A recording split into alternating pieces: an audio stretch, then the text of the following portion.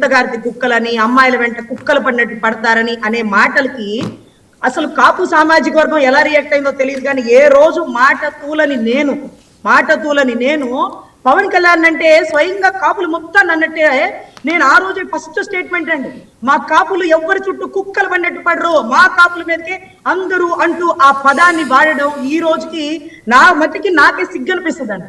అంత ఇదిగా ఎందుకు మాట్లాడారంటే ఆ జోగి రమేష్ గారు ఆ కుక్క ఈ కుక్క అని పవన్ కళ్యాణ్ గారిని కదా తిట్టింది, నువ్వు కాపులందరికీ ఆపాదిస్తావేంటంటే ఒక్క పవన్ కళ్యాణ్ ఒక్కడే కాపు సామాజిక వర్గానికి మొత్తానికి నాయకుడిలాగా మాకు కనపడతాడండి.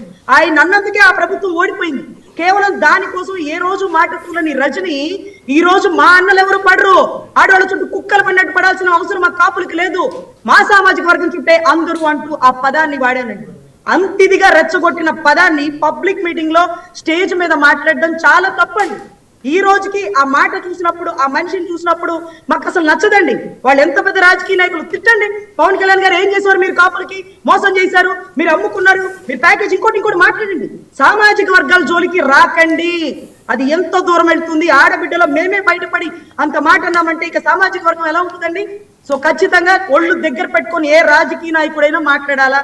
ముందు కులాల గురించి, వ్యక్తుల గురించి వ్యక్తిగత విమర్శలు, వీళ్ల మీద దాడులు, నిప్పులు పెట్టడాలు తగ్గించుకోవాలా. ఇది ప్రజాస్వామ్యం, ప్రజలే న్యాయ నిర్ణేతలు.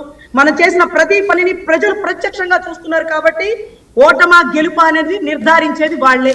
ఫ్లెక్సీలకు వచ్చిన తలకాయ నొప్పి గోల ఇదంతానండి. రైట్, ఓకే, థ్యాంక్ యూ అండి. Thank you so much Rajani గారు, చర్చలో పాల్గొన్నందుకు థ్యాంక్ యూ అండి. బండారు వంశీకృష్ణ గారు thank you, first plate Suresh గారు.